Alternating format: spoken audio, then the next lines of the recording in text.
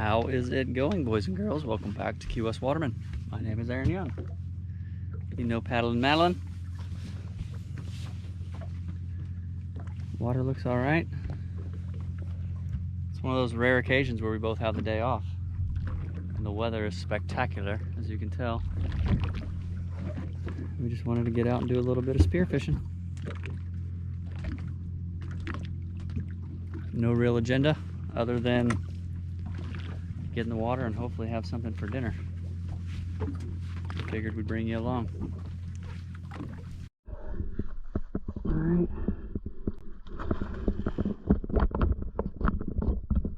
Quarter for the first, the biggest and the most.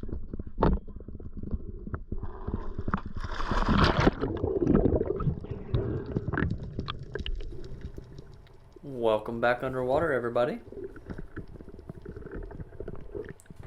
I'm going to share my thoughts on some of these dives. A lot of the fish we shot on this day was hole hunting, which is some of my favorite stuff to do, very tactical. So I'm going to share my thoughts on a couple situations. And generally speaking, first thing I do when I get to any spot is kind of do what I call a flyover. Just swim around the entire spot, check it out, see if there's anything out in the open, anything that I spook that takes off into a hole. Just kind of do an entire scan of the area before I start getting down into the cracks and crevices and whatnot.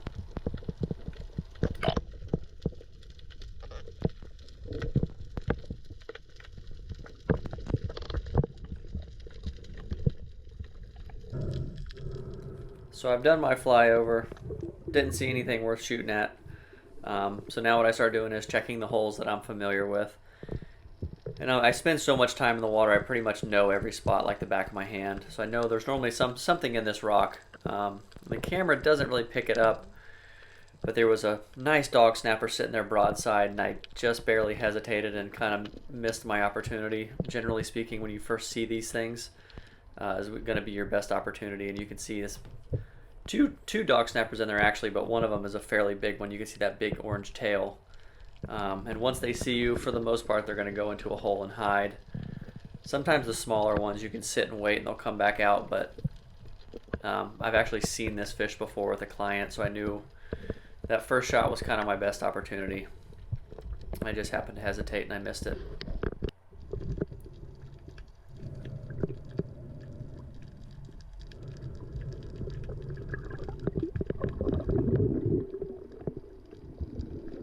So I've done probably 3 or 4 dives that I didn't show on this rock, just trying to get an angle on this thing and see if I have any options to get a headshot, and I actually did not. So I decided I was going to go for a shot that I don't take very often, and it's trying to shoot it right in the thick of the tail and pull it out backwards, which not my favorite shot on the planet, but I've done it successfully a few times.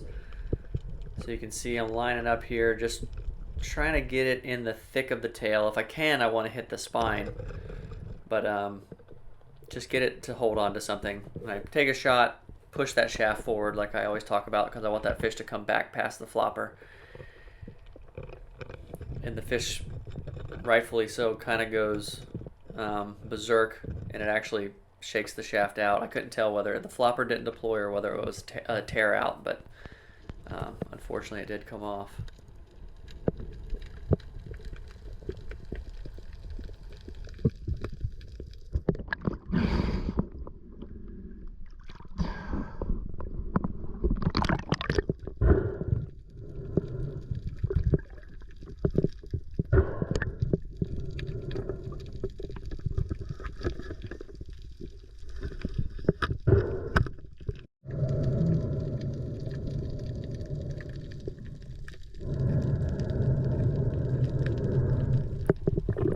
So if you know anything about me, you know that I refuse to leave an injured fish down there. Just not a big fan of it. So I come over to the other side of the rock again. I'm familiar with this area. I kind of know there's not a lot of areas this fish can shift to without actually leaving the rock. So I know I'm going to have an angle on him somewhere because I can't see him where I first shot him, where his tail was sticking out. So I know it's shifted far enough. I've pulled plenty of black groupers out of here. You can kind of see my angle on how I lead with my gun and kind of use the light right down the shaft there. And I peek up inside this one. I can see a little bit of clouded area, so I know he's up in here somewhere, and the camera can't see it, unfortunately. It's pretty narrow, but I can see just barely the lips of this fish. And I take kind of a head-on shot, kind of a side angle at the face. And if I could see the body of this fish, I wouldn't have taken that shot because I would not have been able to pull it out. But because I shot it pretty much straight through the front of the fish, when I pull that shaft out, that fish is going to come out directly out. You can see how easily it slid out of that crack. It's a beautiful dog snapper.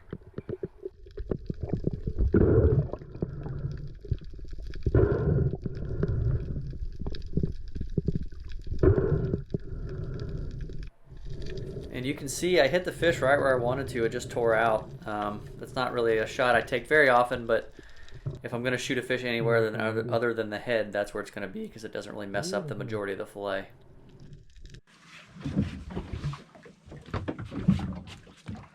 That is actually a pretty big dog snapper for the area that we're in. They get a lot bigger in some areas, but this is a pretty healthy one. That whole interaction took about 30 minutes. In my opinion, these guys, again, they're called dog snappers. Got the little blue dots, and they're more orange. There's a yellow one, a red one, and an orange one. The dog snappers are orange. But in my experience, the dog snappers are kind of the groupers of the snapper family, in the sense that they like to hide inside the rocks, and typically your first opportunity when you see them is your best opportunity, and this guy proved that to be true.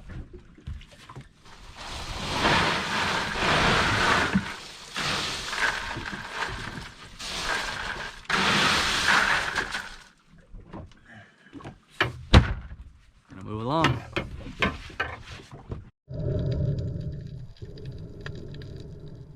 So we moved along. This is second spot of the day. Again, I'm kind of just doing my flyover. All the bottom we worked on this day, as you can see, is just big chunky rock piles and corals and stuff like that. And this is the situation. You can see nice cubera comes in. Not really a fish I typically shoot. I try to save them for clients, but that fish was just kind of out in the open, ready to go. If that would have been on the menu, it would have been an easy shot.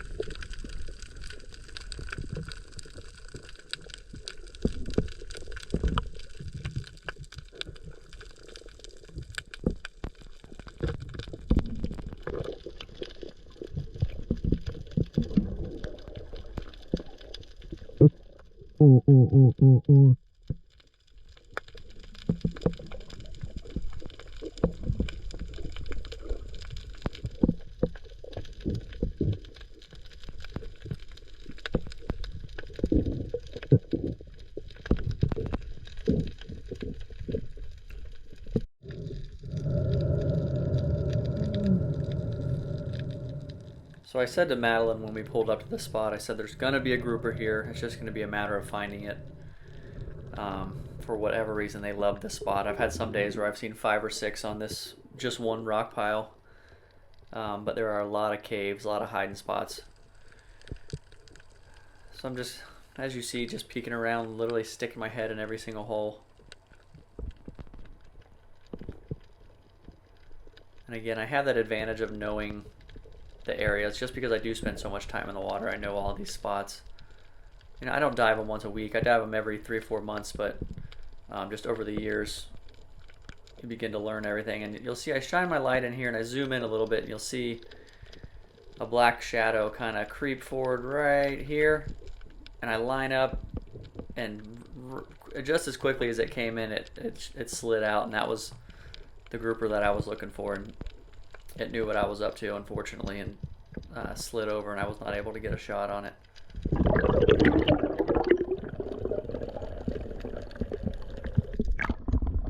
Babe, I found him. He's kind of shifting. The black. He's right here somewhere.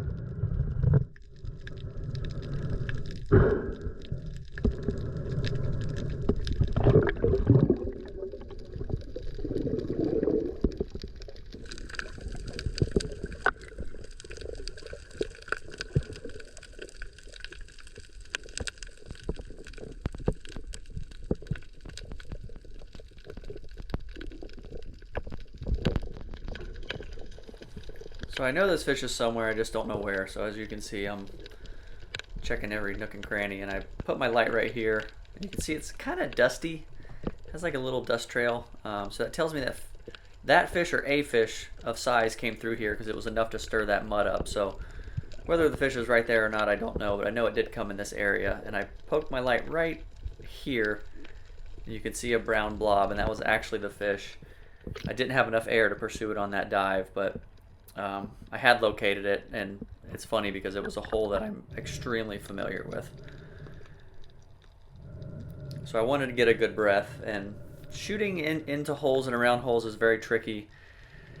Biggest thing is you don't want to shoot a fish that you are not absolutely positive that you can get out. In all seriousness, I've pulled at least maybe a dozen fish out of this particular hole over the years. And one of the biggest mistakes I see while trying to line up a grouper in a hole is people like to stick their gun all the way into the hole and line it up. Well, if you stick your gun in there, it's like sticking your arm in there. The fish is not going to hang out. They don't like that. So generally speaking, you see a nice Goliath come and check me out. Generally speaking, you want to be shooting from outside a hole, and there are exceptions to that. You can see I kind of zoom in, see the eye of this fish, and I'm not thrilled with the angle, so I kind of twist around. The fish is in there squirming a little bit, but again, you do not want to stick your gun down into that hole because that fish is going to shift and stir up the mud. So shift my angle a little, like the shot that I have. And as I always talk about, push the shaft forward. I want that fish to come up past the flopper. I didn't have enough air again to fight it in one breath, so came up to catch my breath.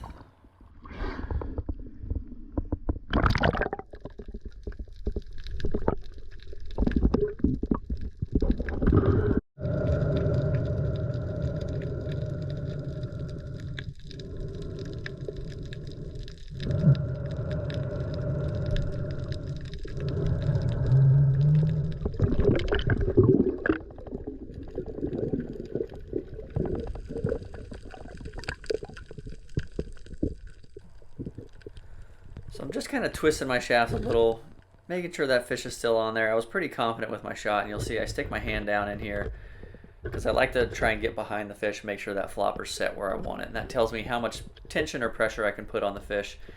And I can't stress enough how important head shots are on these hole shots, because think of trying to pull a car out of a garage sideways. If you shoot the fish in the body, it's perpendicular to the exit of the hole, and it's physically impossible. But if you have that shot in the head, I'm able to kind of turn that fish a little and drive it with my spear. And that's what I'm doing right here. Got a hold of his head, turned it sideways, and I start to pull the shaft out. And you can see his lips are just at the entrance of the hole.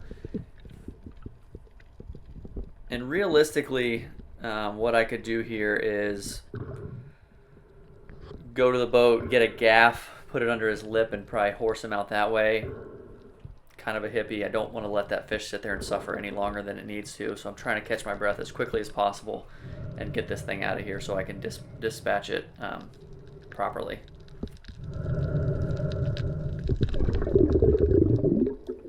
So I catch my breath as quickly and as safely as I can. Again, don't like leaving that fish down there, and you can see his kind of have his face sticking out. I'm very comfortable with my shot. I know where the flopper is. I know it's not caught on any rocks, and I've talked about this. I'm not a big fan of just kind of yanking, but This fish was a little bigger than I thought it was, and he needs just a little oomph. And like I said, a gaff is a really good trick for this, but I didn't want to swim all the way back to the boat. And again, once you get those gills, that's the thickest part, is kind of right behind that the gills where the belly gets real fat is the thickest part. And once you get that, it's a pretty easy extraction. But that was kind of a tricky one.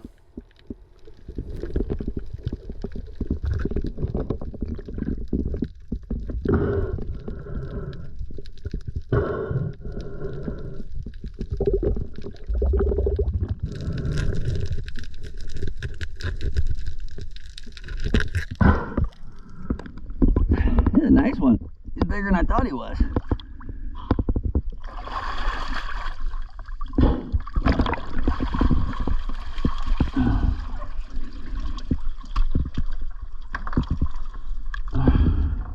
Nice one. Thank you, buddy. Thank you, thank you. Of all the fish out here, I think these are one of the most, I'll say, crafty. You can see in the video, I mean, this thing moved around probably 5 or 6 different times. Every time I'd get an eye on him, he would shift. Hard to get a shot lined up, and fortunately for me, I'm familiar with this area, and they, for some reason, always go to the same crack. It's the tightest little section, but what's odd to me is how consistently it is. I'll take a fish out of it, I'll come back in a couple months, there'll be another one that'll go into that same crack. It's pretty impressive. But of everything out here, like I said, I think that's the groupers, or black groupers, are one of my favorites. Just the challenge, that's really enjoyable for me. But we're actually taking a few more fish than we normally would today. We've got, we're going up to see some family, so I'd like to bring them some fresh fish when I can. So we're doing all right so far. We're going to continue and hit some more spots.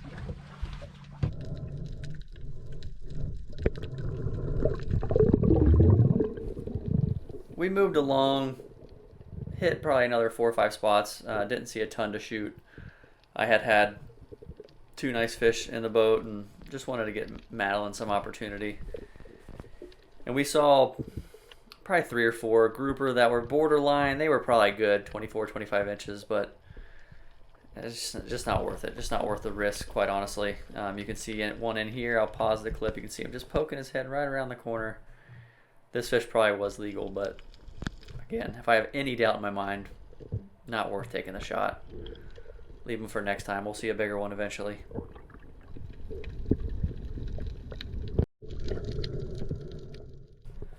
And this was pretty wild to see. I know a lot of times you'll hear about tiger sharks and whatnot getting a hold of sea turtles, and something got a hold of this one, but seemed to be doing okay. It was missing one of its back flippers, but seemed healthy and no growth on it, so it was traveling just fine. Nature is wild.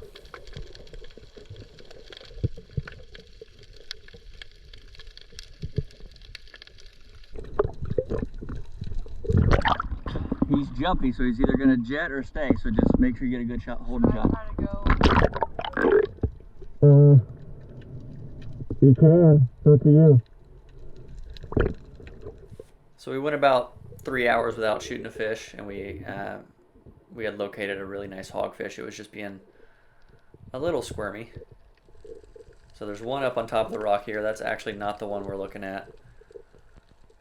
One of the biggest things that throws hogfish sizing off for people is it's a fork length measurement, not a total length measurement. So it's from the nose to the fork of the tail, not the total length of the tail. They have kind of a big, long fan tail, and it's up in this crack, and Madeline shifts across and gets a beautiful stone shot on it.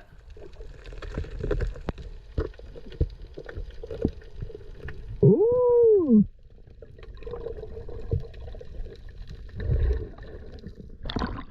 Yay! That's my girl with the stony baloney. That's a beauty. Hold him up this way. I haven't shot a hogfish. Lovely. That's a really nice one. Yay! Nice job, babe. Give me some. Oh, that's a beauty. Love it. Get her bled.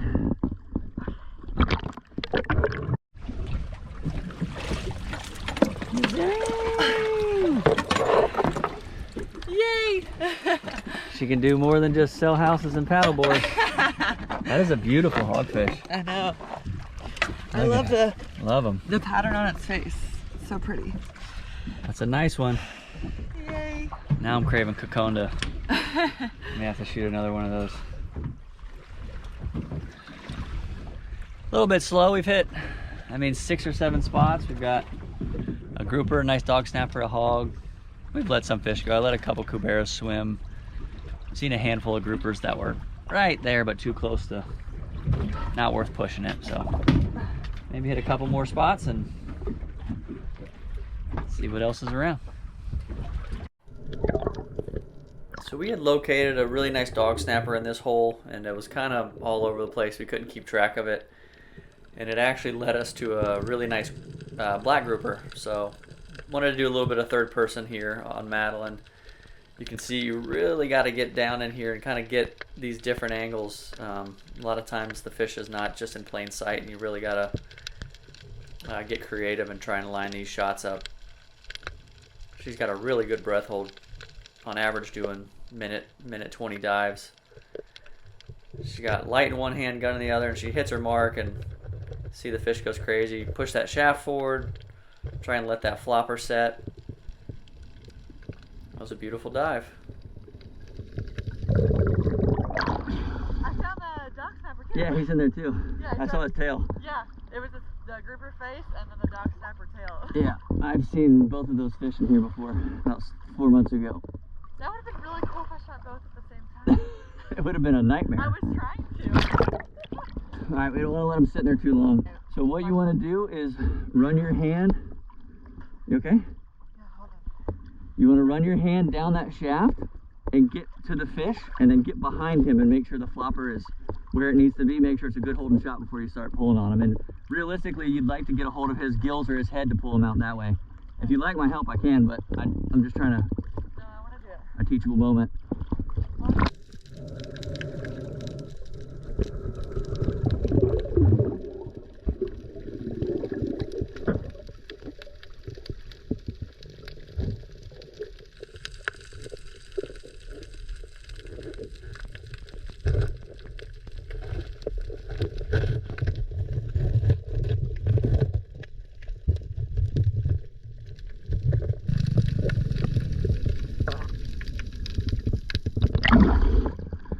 Look at you, babe.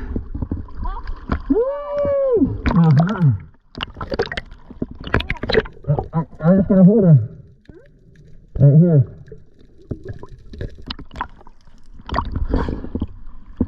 That's a beautiful one, babe. Give me some. That is a lovely fish.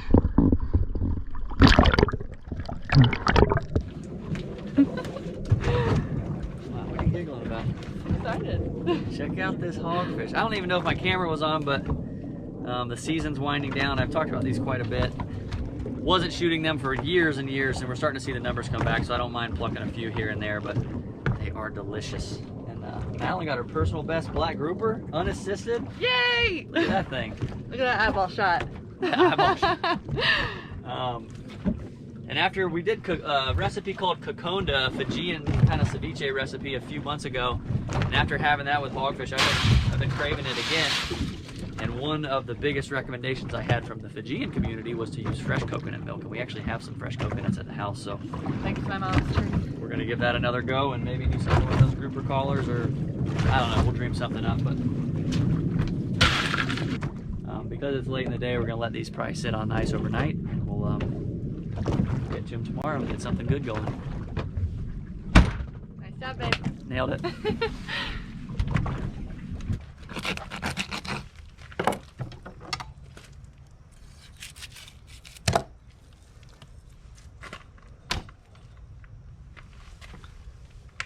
So as I've said, the fillets are going to go back to my family when we visit. But tonight what we're going to focus on is this throat. Or depending on where you're from, it could be called a collar, the neck. Everyone calls it something different.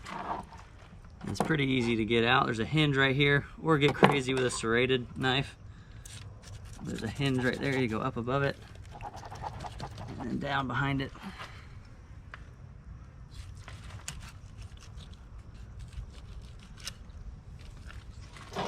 Pops that side off. And we're also gonna give Coconda another try. But we're gonna make some fresh coconut milk in-house today. Last time we used it out of a can, but Madeline's mom's coconut tree dropped a bunch of coconuts that are nice and ripe. Once you get all that out of there, serrated knife or just power through it. And there's our grouper throat. That is all meat, a little bit of bone in there. I've used these before. They're an amazing cut of fish. But we're gonna break some coconuts down and make some milk from scratch and get dinner started.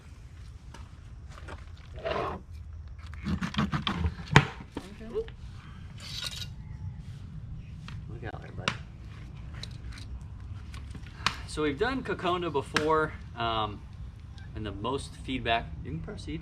Go Okay, ahead. sorry. I don't want to be The too most loud. the most feedback we had was to try fresh coconut milk. And obviously we have a lot of coconuts down here. I just didn't have any at the time, so we're gonna do it again and give it a go. And I'm gonna show you how we open these. And there are far better tools and far better methods, but we don't have them. We don't do this enough. Normally what they use to open these, at least the places I've been, it's like a spike in the ground. It's actually kind of terrifying. It's either a piece of bamboo or some type of metal. And it literally is sitting on the ground like this, and they pretty much roll the coconut on it, and it peels all the husk off. But the way we're gonna do it, you can either do it with probably preferred way is a hammer. I'm gonna use a machete. You just gotta be real careful.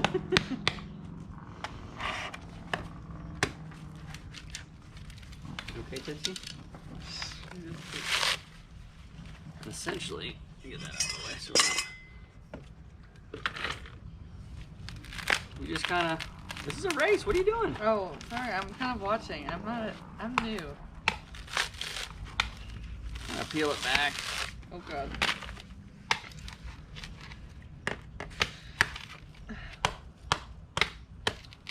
I'm not very good at aiming. I've actually only made coconut milk one other time.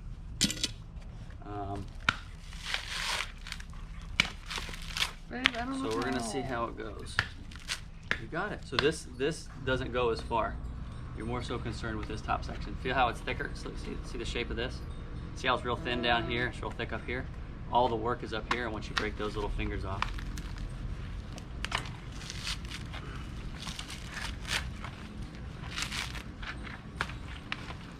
And for as long as I live, I will never forget this. I forget which country I was in, but the first time I saw a coconut like this exposed, the person showed it to me like this and said it looks like the face of a monkey.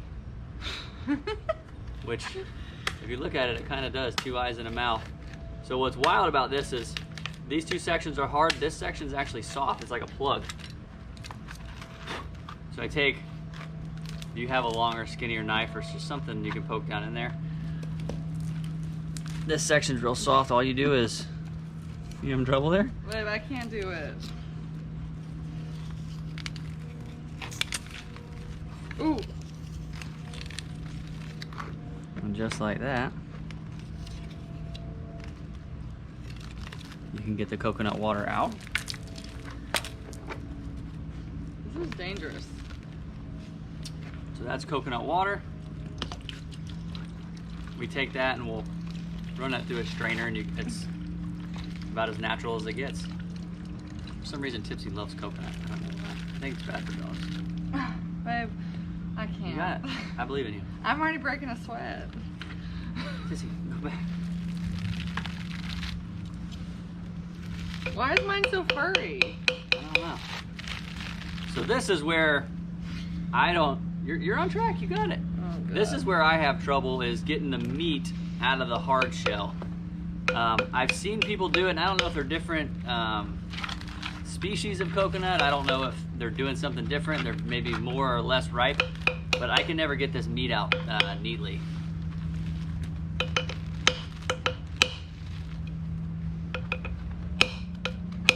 I need a hammer. Yeah, babe, I think you're gonna be on your own.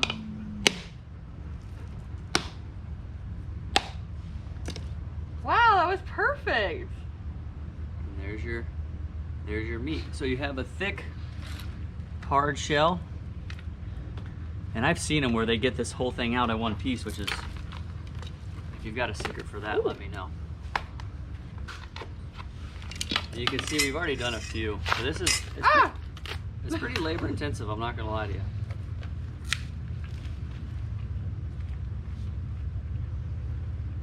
So once you get your pieces out, and I'm just using a butter knife because obviously you're using a little force here. Just kind of pry and pop, and there we are. So we're gonna save up enough of that to make some coconut milk, and we've only got one other one in there. And in my findings, you get quite a pretty good yield per coconut, the amount of milk you'll get.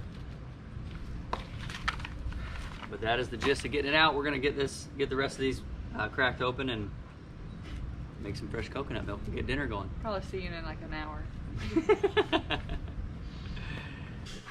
Alrighty, we're in the kitchen. So like I said, we are gonna make our coconut milk from scratch this time. And all I did was take those bits up, diced them up just to help this NutriBullet out a little bit.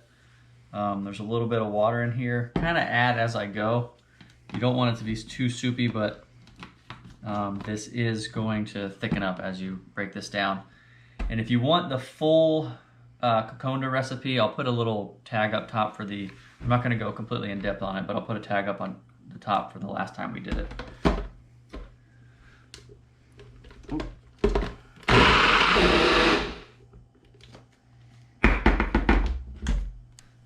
So I do not have a cheesecloth, but I do have old t-shirts that are clean. So we're going to use an old t-shirt. Are you serious? Mm-hmm. I love this.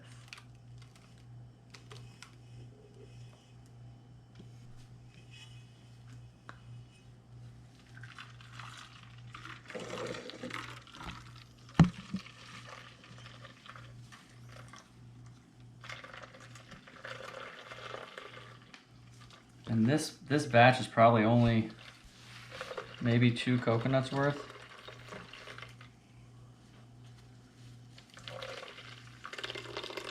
Are you sure that's clean? Mm-hmm. Mm-hmm.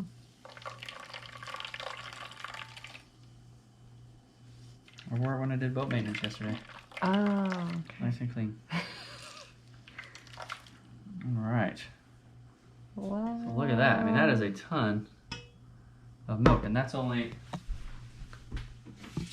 probably maybe two coconuts. All right. So we've got our coconut milk. This is our hogfish, diced hogfish. It's been in lemon and lime juice for probably about 3 hours.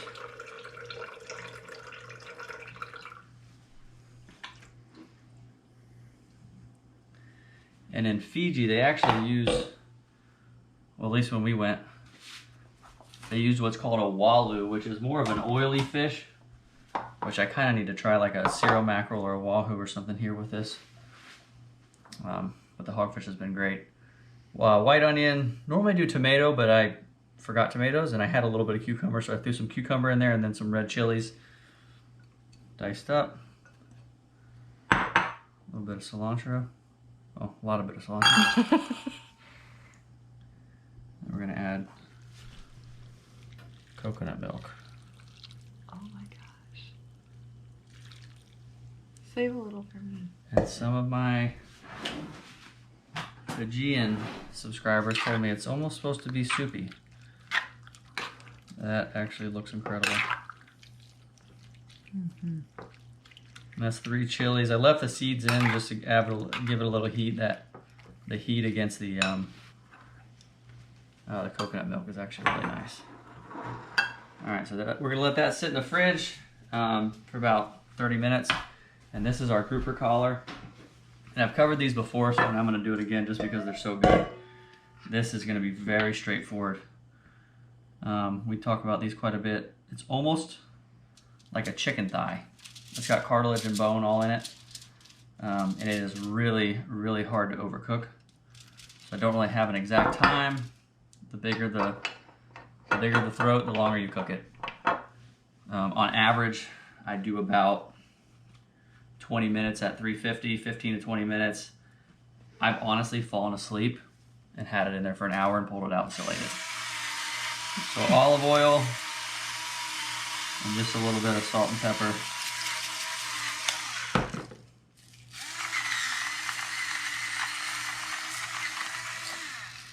And that is gonna go in the oven at 350. Like I said, about 20 minutes. I normally just watch it.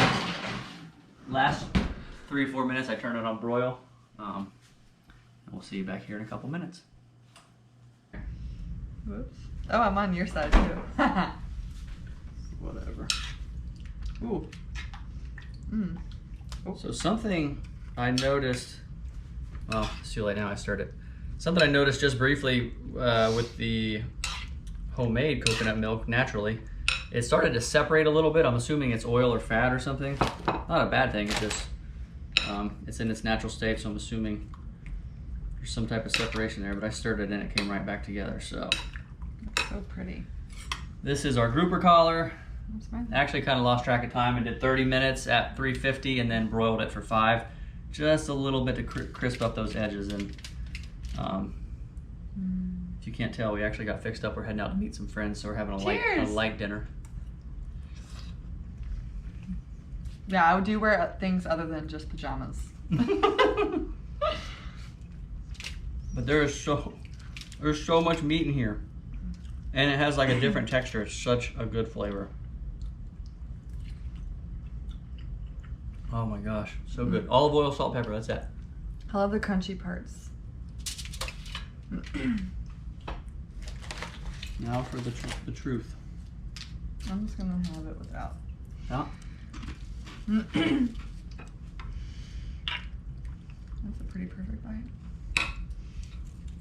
So last time, again, if you want the full, let me slide over. If you want the full detailed recipe on this, it's ceviche. I'll put a link up there. It's hogfish, lemon, lime, and then you add everything we added and take the lemon, lime out, put coconut in. It's good. It's so much better with the coconut milk. Like the real coconut milk. Wow.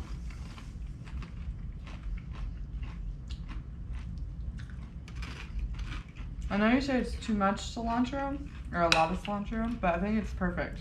I feel like it needs to have a lot of cilantro. Call me crazy, but I can taste the difference from the canned milk to the fresh homemade. Oh, for sure. Thank you, Fiji. We will see you soon, hopefully. Wow. Homemade coconut milk's the way to go with that. Holy moly. But I think we're done here. Thanks so much for tuning in. Hope you guys enjoyed it. Haven't said this in like 20 episodes. Subscribe if you're not. If you did like the videos. If you didn't, don't bother. But other than that, we will see you guys on the next one. Thanks so much for tuning in. Later. Kind of like it without chips.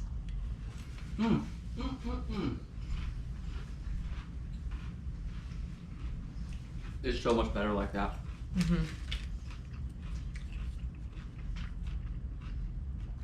I feel like the coconut milk is not as overpowering as the last one was. No. You know? They must add something in that can. Like it's too coconutty almost. This is perfect. Just like I remember it. Man, I miss it. I like the spice though. That's good.